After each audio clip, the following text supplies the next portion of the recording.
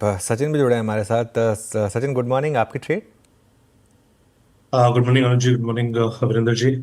मुझे लग रहा है यहाँ पर बीपीसीएल में एक अच्छी शानदार तेजी कल के सत्र में नजर आई थी। जिस तरीके से इसने एक यू टर्न बनाया है अपने 20 day exponential moving average support को रिस्पेक्ट देके, मुझे लग रहा है जल्दी ये 322 325 का जो हर्डल है वो काफी कॉन्फिडेंटली पार करेगा।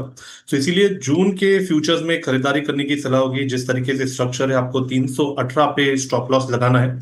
खरीदारी करनी है बीपीसीएल के फ्यूचर्स में 333 के टारगेट के लिए।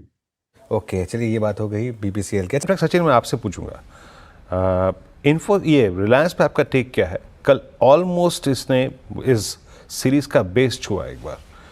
व्यू क्या आपका? ये कल प्रेशर डाल रहा था एक्स्ट्रॉर्डनरी इंडेक्स पे। देखिए, ब्रॉडर व्यू तो यहाँ पर पॉजिटिव ही है। मुझे लग रहा है पिछले 3 हफ्ते से जो मूवमेंट है वो एक कंसोलिडेशन के संकेत है। बट मेजर मुझे लग रहा है ट्रेंड में अभी भी थ्रस्ट आना बाकी है। And जिस तरीके से फिलहाल डेटा पोजीशन है 1440 का एक अहम लेवल होगा, जिसके ऊपर मुझे लग रहा है 1500 1550 तक की चाल अनफोल्ड होनी शुरू होगी। तो आई थिंक ब्रेकआउट के बाद मुझे लग रहा है यहाँ पर थोड़ी सी अग्रेसिव लॉन्ग पोजिशंस बनाई जा सकती है। नीचे सपोर्ट काफी कॉन्फिडेंट है, लगभग अराउंड 1400 से लेके जी 1385 का। तो जी आई थिंक यहाँ पर बाय ऑन जी। डिक्लाइंस की स्थिति तो कंटिन्यूड ही रखनी चाहिए। चलिए अब चल। सचिन, आपका ट्रेड? वीरेंद्र जी, मैंने चूज किया है ट्रेंट लिमिटेड को।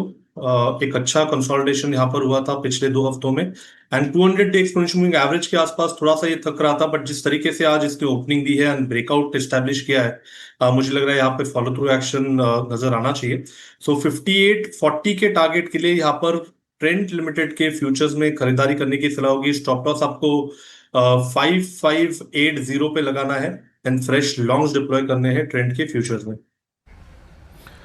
ओके, ट्रेंड फ्यूचर्स बाय है 5671 पे, और ये इनका फ्यूचर का भाव है। सारे ट्रेड जून में ही करिएगा please. Apollo hospital, look at UltraTech cement. मैं कल भी इनफैक्ट हमारे पैनल ने बहुत सारी शॉर्ट कॉल दी। मैं सुबह आपको पल्स में भी समझा रहा था, कुछ बिहेवियर डिफरेंट ही है। सचिन, ये मेरे ख्याल से पैनल ने सीएनबीसी आवाज़ के हमने बात भी की थी, going short on UltraTech cement, Ambuja, Ramco cements. 2 दिन में 3 एवरेजेस बड़े टूट गए। यहाँ पर बड़ा क्रिटिकल सपोर्ट था मेरे ख्याल से 11430, जहाँ पर आपका 100 एमआई लाइन था वो भी टूट गया। Now it's below 200। कैसे अप्रोच कर रहे हैं आप सीमेंट को, और आपका व्यू क्या है इस वक्त सीमेंट पे?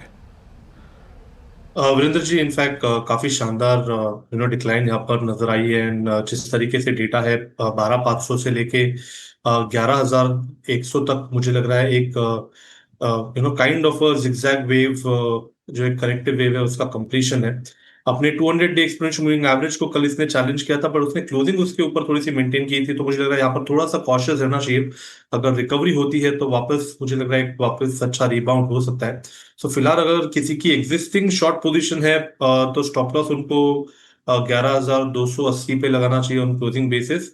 यहाँ पर फ्रेश शॉर्ट्स करने की मैं सलाह नहीं दूंगा, बिकॉज इसका वीकली बेसिस का जो 50 एक्सपोनेंशियल एवरेज सपोर्ट है वो लगभग अराउंड 11110 के आसपास प्लेस्ड है। तो फिलहाल फ्रेश शॉर्ट्स को यहाँ पर अवॉइड करें, बट एग्जिस्टिंग शॉर्ट्स है तो रिटेन करने की सलाह होगी। ओके, मीनवाइल आप देखिए जरा मार्केट को अभी। जरा ग्रेनुअल्स को लेके आइए, since this move is post earnings. ये मूव पोस्ट अर्निंग आया है।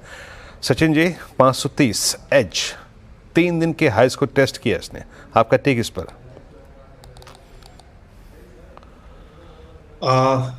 वीरेंद्र जी, थोड़ा सा डिफिकल्ट होगा मुझे लग रहा है। डेटा क्लियरली इंडिकेट कर रहा है कि एक रेंज रह सकती है 535 on the higher side and नीचे अराउंड 520। तो मुझे लगा इसी पर्टिकुलर रेंज में थोड़ा सा ऑस्किलेट होगा।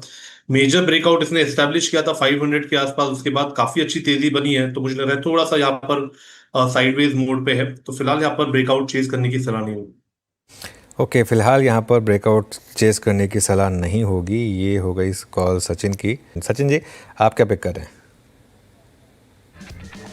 अनुज जी, यहाँ पर जुबिलेंट फूड्स में एक काफी अच्छी करेक्शन अनफोल्ड हुई थी। वो करेक्शन मुझे लग रहा है कहीं जाकर खत्म हो रही है। एंड अपने 200 डे एक्सपोनेंशियल मूविंग एवरेज के आसपास ये बेस बनाने का प्रयास हो रहा है। तो मुझे लग रहा है यहाँ पर एक अच्छी शॉर्ट कवरिंग मूव बन सकती है। जिस तरीके से डेटा है 660 के आसपास काफी कॉन्फिडेंट सपोर्ट है, तो 658 के स्टॉप लॉस के साथ जून के फ्यूचर्स में यहाँ पर खरीदारी करने की सलाह होगी। स्टॉप लॉस मुझे लग रहा है क्लोजिंग बेसिस पे ही आपको मेंटेन करना चाहिए। हो सकता है लगभग अराउंड 685 तक की एक अप मूव यहाँ पर नजर आए। सो खरीदारी करनी है जुबिलेंट फूड के जून के फ्यूचर्स। ओके, जुबिलेंट फूड्स जून फ्यूचर 667 पे ये बाय कॉल है आपका। क्योंकि मार्केट स्टॉक स्पेसिफिक है, जहाँ अच्छे मूव्स इस समय आ रहे हैं उनमें एक बार महानगर गैस लेकर आइए। एमजीएल का स्टॉक ये अच्छा करता हुआ, और क्या अच्छा कर रहा है, कुछ रिस्ट्रिक्टेड स्टॉक्स ही हैं। आईएफएल फाइनेंस अच्छा कर रहा है। ये 2-3 स्टॉक्स है जहाँ पर आपको ठीक ठाक मूव्स दिखाई देंगे। महानगर गैस पर सचिन जी कोई व्यू? अनुज जी, इनफैक्ट मेरे भी रेडार पे है स्टॉक। मुझे काफी अच्छा लग रहा है जिस तरीके से एक ओवरऑल रेंज इसने एग्जिबिट की है थ्रू आउट मे सीरीज। 1300 से लेके 1420, आई थिंक ये पर्टिकुलर रेंज यहाँ पर काफी अच्छी तरह डिफेंड हुई है। And lower of part of the range पे एक बुलिश हैमर बनाने के बाद एक मूव ट्रिगर हुई है। तो मुझे लग रहा है मोमेंटम यहाँ पर कंटिन्यू रहना चाहिए। फॉर द डे 1385 के टारगेट के लिए यहाँ पर अभी भी लॉन्ग पोजीशंस डिप्लॉय किए जा सकते हैं। स्टॉप लॉस मुझे लग रहा है 1355 पे प्लेस करना चाहिए। हो सकता है कि अगले कुछ दिनों में स्टॉक वापस 1440 के रेंज में स्विंग करे।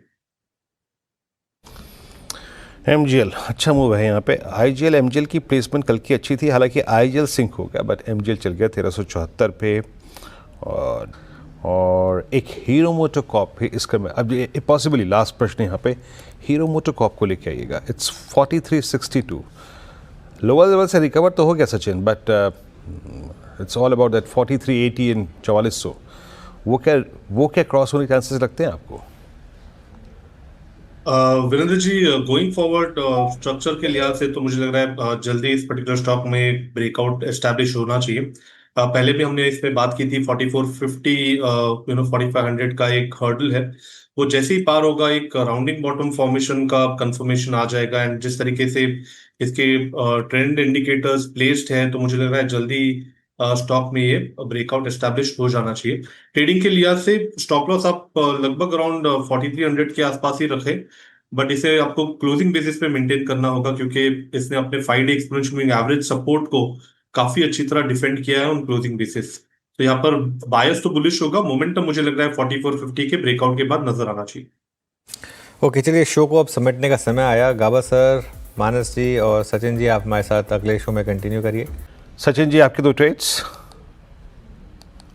वीरेंद्र जी, पहला बाय कॉल होगा एमसीएक्स के फ्यूचर्स पे। मुझे लग रहा है यहाँ पर एक बुलिश पेंडेंट फॉर्मेशन है।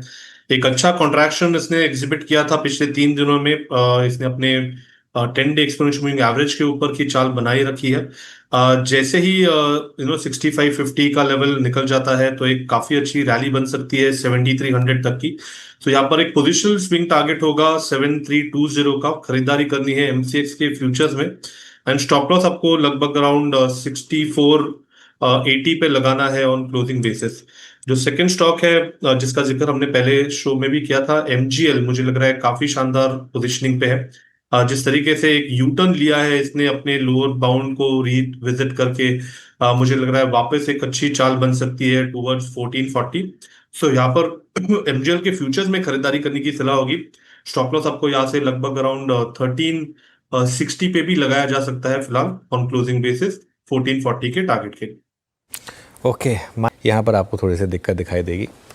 चलिए इस शो को समेट लेते हैं, और इस ब्रेक के बाद कंचन और श्रेया आपके लिए लेकर आएंगे ट्रेडर्स हॉटलाइन।